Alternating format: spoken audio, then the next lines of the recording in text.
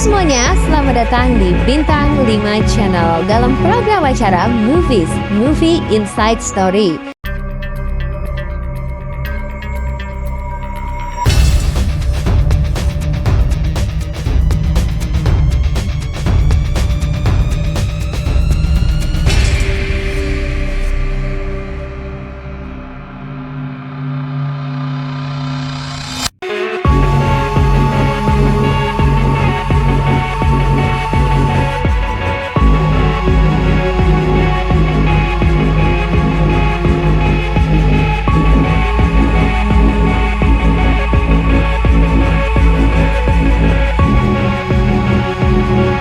Dusun Mayit menjadi salah satu perbincangan paling hangat di kalangan pencinta horor Indonesia.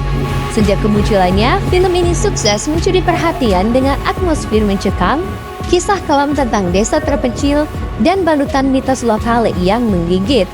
Cerita yang ditawarkan bukan sekedar menakut-nakuti dengan penampakan, tapi menggali lapisan lebih dalam tentang dosa masa lalu, karma, dan kepercayaan masyarakat terhadap dunia gaib.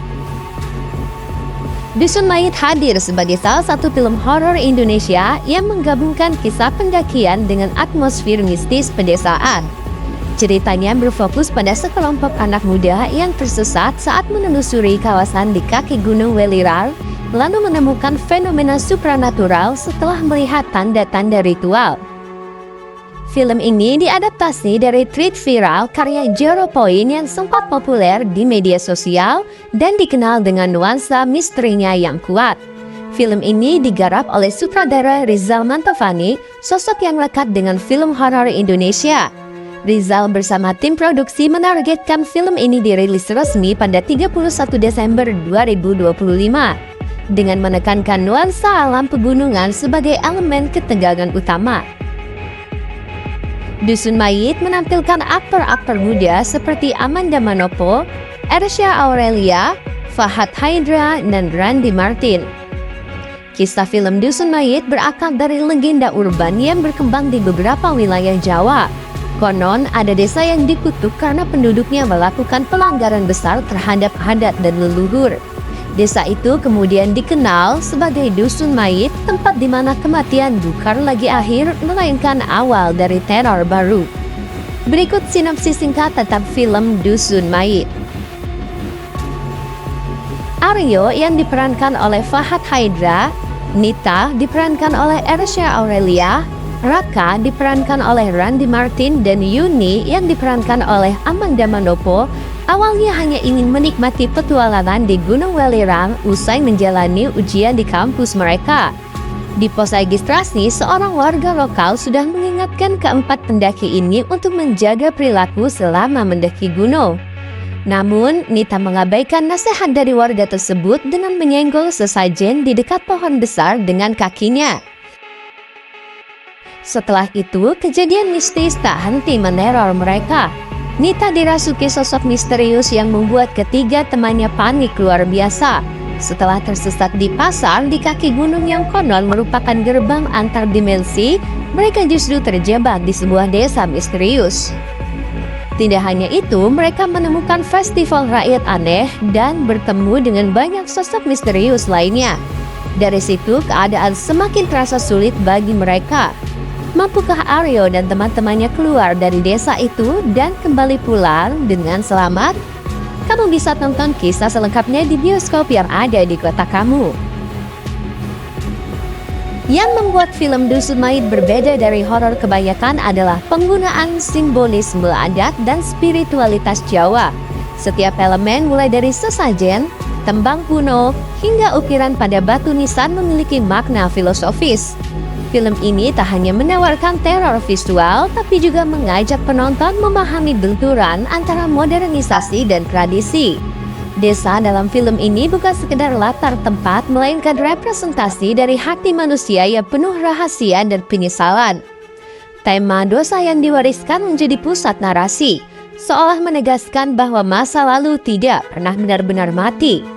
Salah satu kekuatan utama film Dusun Mayit terletak pada sinematografinya.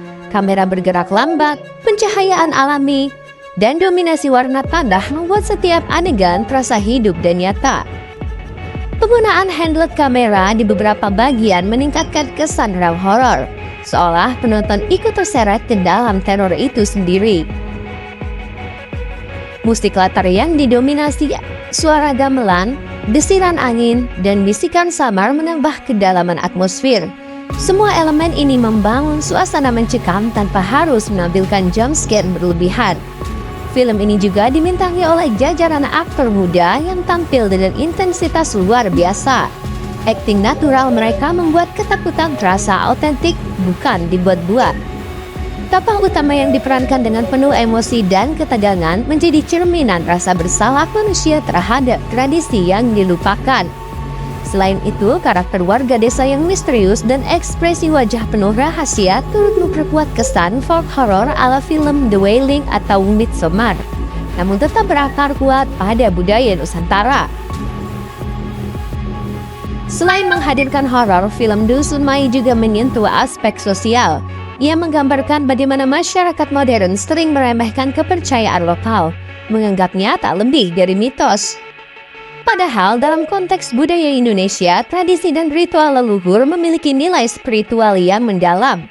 Film ini menjadi semacam kritik halus terhadap generasi muda yang kehilangan akar budayanya, dan mengingatkan bahwa setiap tindakan memiliki konsekuensi baik di dunia nyata maupun di alam tak kasat mata.